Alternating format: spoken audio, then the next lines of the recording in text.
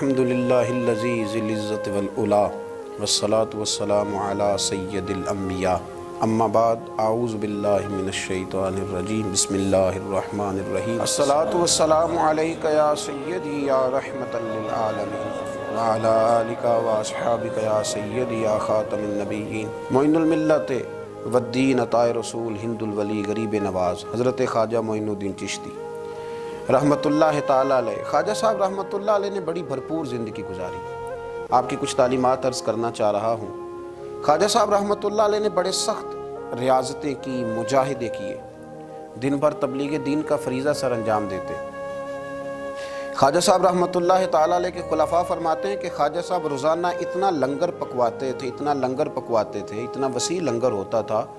کہ جتنے مرضی لوگ شام تک آتے تھے لیکن وہ ختم نہیں ہوا کرتا تھا۔ لیکن اپنا حال یہ تھا کہ رات کی پکی ہوئی ایک روٹی لیتے تھے، اس کو پانی میں بھگو لیتے تھے، کچھ گھنٹے جب وہ بھگوئی رہتی تھی نرم ہو جاتی تھی، پھر اس کو تناول فرمایا کرتے تھے۔ اور فرماتے ہیں کہ جو کام کرتے ہم نے خواجہ صاحب کو سب سے کم دیکھا ہے وہ ہے کھانا کھاتے اور سوتے۔ یہ دو کام کرتے ہم نے انہیں بڑا کم دیکھا، اور زیادہ تر ان کا وقت عبادت میں، ریاضت میں، تلاوت میں گزرا کرتا تھا۔ 50 سال کا عرصہ انہوں نے اس طرح گزارا ہے کہ عشاء کے بعد تھوڑی دیر کے لیے چند گھنٹوں کے لیے گھر تشریف لے جاتے تھے، پھر واپس لوٹتے تھے اور فجر تک مسجد میں عبادت کیا کرتے تھے۔ کئی دفعہ حضرت خواجہ اجمیر علیہ رحمہ پر وہ وقت بھی گزرا ہے کہ ایک دن میں دو قرآن پاک ختم فرمایا کرتے تھے۔ ایک دن میں 2 قرآن پاک، ایک قرآن پاک صبح میں ختم ہوا، ایک قرآن پاک رات میں ختم کر دیا۔ خواجہ صاحب علیہ رحمہ اس درد کے ساتھ تلاوت فرماتے تھے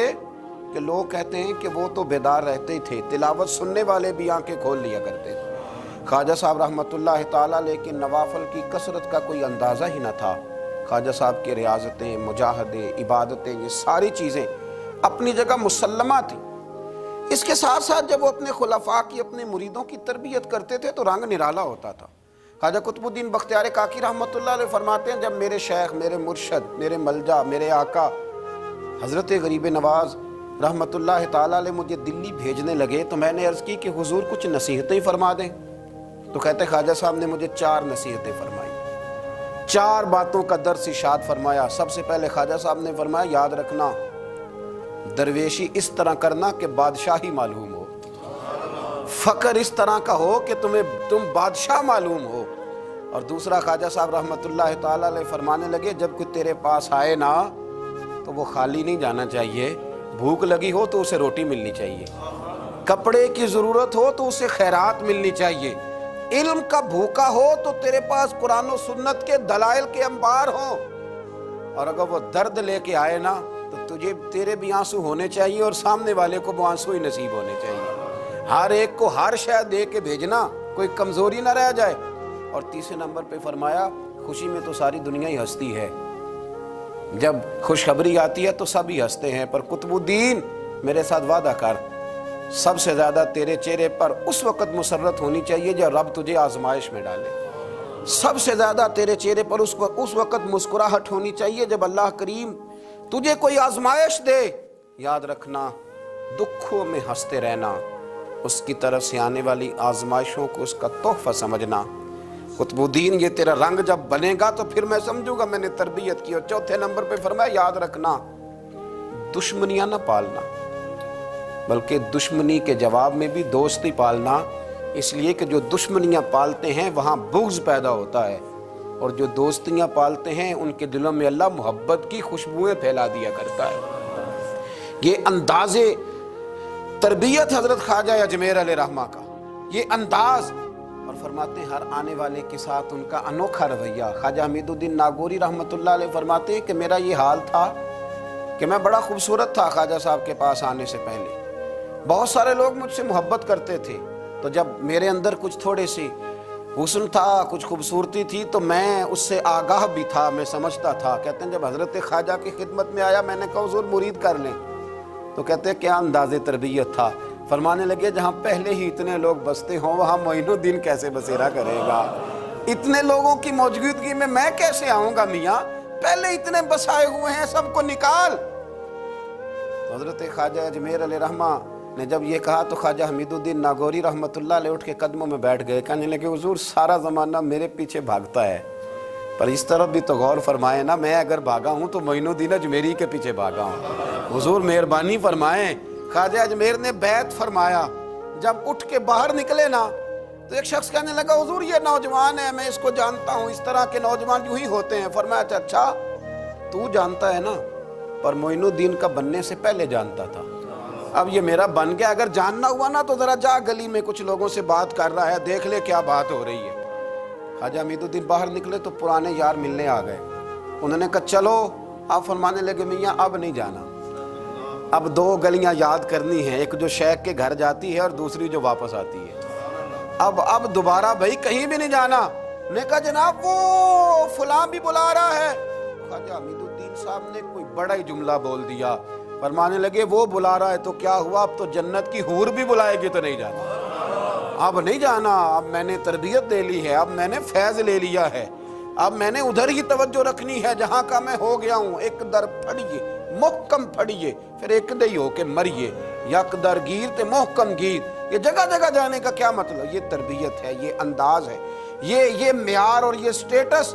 خواجہ صاحب نے اپنے مریدوں کو سکھایا۔ اتنی عبادت ہے، اتنی ریاضت ہے، اتنی تربیت ہے،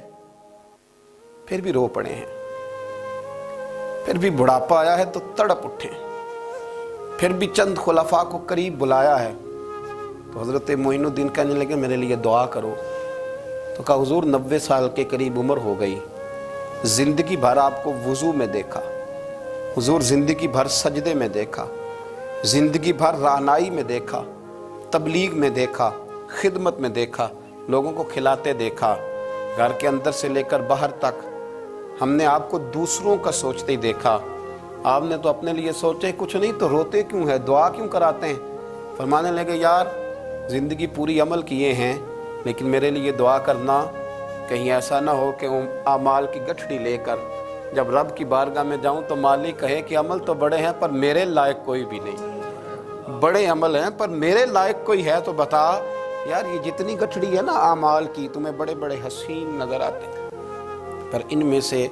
کوئی مالک کے لائق بن جائے، میری کوئی قبولیت ہو جائے، میری قبولیت میں نیواں تے میرا مرشد اچا تے میں اچیاں دے سنگ لائی، تے صدقے جاواں انہاں اچیاں تو جنہاں نیویں نال نبھائی۔ دعا کرو، اللہ کی بارگاہ میں التجا کرو کہ میری قبولیت ہو جائے۔ انما یخشی اللہ من عبادہ العلماء، قرآن مجید نے کہا کہ اللہ کے بندوں میں سے جو عالم ہوتے ہیں ان میں خشیت ہوتی ہے،